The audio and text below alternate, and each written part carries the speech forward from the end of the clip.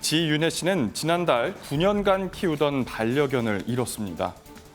수소문 중 5시간 만에 반려견이 집 근처에서 죽은 걸 봤다는 연락을 받았지만 이미 쓰레기로 분류돼 소각된 후였습니다. 어떻게 하면 빨리 좀 처리를 해야 된다는 이제 그런 게 있어가지고 빨리 치우는 것이 이제 목적인데 저희들은. 우리나라는 관련 법상 로드킬을 당한 동물의 사체를 생활 폐기물로 분류해 처리합니다. 하지만 등록이 돼 있는 동물의 경우는 열흘의 보호 기간을 거쳐야 하는데요. 이렇게 규정은 있으나 의무는 명시되지 않아 지 씨는 반려견을 등록해 놨지만 결국 주인 동의 없이 소각됐습니다. 가족과 같은 정말 중요한 생명인데 그거를 그냥 그렇게 폐기물 처리해서 소각해 버린다는 거는 동물을 그냥 물건 취급한다는 거고. 현재 200만 마리 넘는 개가 등록됐지만 잃거나 버려지는 동물은 해마다 10%씩 늘고 있습니다.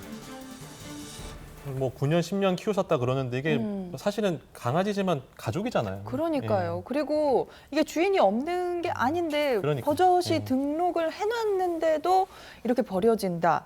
이런 일들이 왜 일어나는지 모르겠네요. 그러니까 우리 현행 법이 조금 미비하기 때문인데요. 네. 천연기념물 같은 경우 이제 법정 보정 이외에는 동물이 이제 죽었을 때 사체 처리를 지자체에서 생활 폐기물로 처리하게끔 되어 있습니다. 네. 그런데 그 소유자를 찾아서 법적으로 통지해 줘야 된다는 명시적인 근거 규정이 없다 보니까 주인을 확인하지 않고 일단 신속하게 사체를 처리하는 그 공무원들의 일처리 부분이 이제 좀 아쉬운 부분이 많이 남는 부분이고요. 네. 알리지 않았다고 하더라도 현재는 그 처벌하는 규정이라든가 보상하는 규정이 마련되어 있지 않습니다. 근데 문제는 예. 이렇게 로드킬 사고가 늘어난다는 것이고요. 예. 더군다나 우리가 반려동물 등록제를 하고 있기 때문에 그러니까, 예. 어떤 경우에는 등록된 반려견 같은 경우는 조금만 주의를 기울인다고 한다면 소유자를 찾아낼 그럴 수 있겠죠. 있거든요. 네.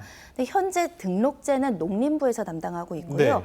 이 사체 처리는 환경부에서 담당하다 보니까 또 부서가 달라서 인수인계가 되지 않는 또 현실적인 문제도 있습니다. 그러면 저희가 앞서 VCR에서 봤던 분은 뭐 피해 보상을 좀 받기가 힘든 겁니까? 현행 법제도로는 이런 경우에 어떻게 예. 보상을 해줘야 된다 이런 규정이 자체는 없는데 네. 만약에 우리 민법에 동물의 소유권은 주인에게 있고 그 관리 감독하거나 이것을 어떻게 사체 처리를 할지는 또 소유자에게 그 권한이 있다라고 본다면 네. 손쉽게 그 소유권자를 확인할 수 있음에도 불구하고 이것을 제대로 통지하지 않고 임의대로 처리했다고 한다면 일정 부분 민법상의 이제 위자료 청구 소송은 가능해 보이지만 인사로 가야 되는군요. 예, 아직까지는 선례가 많지 않기 때문에 소유자분들 입장에서는 가족을 잃은 슬픔도 있는데 예. 또 그 애도도 제대로 하지 못했다는 슬픔이 있는 거거든요. 예. 법제도에 대한 어떤 보완점이 마련돼야 될 것 같습니다. 네. 나름대로 이 법 제도를 만든다고 이거 반려동물 등록제 그러니까요. 예. 시행을 하지 않았나요? 이게 6년 정도 지난 것 같은데 네. 아직도 갈 길은 먼 것 같네요. 일단 예. 등록을 많이 더 하셔야 될 것 같고 그럼 등록한다고 한다면 어떤 후속 처리가 달라지는지에 대해서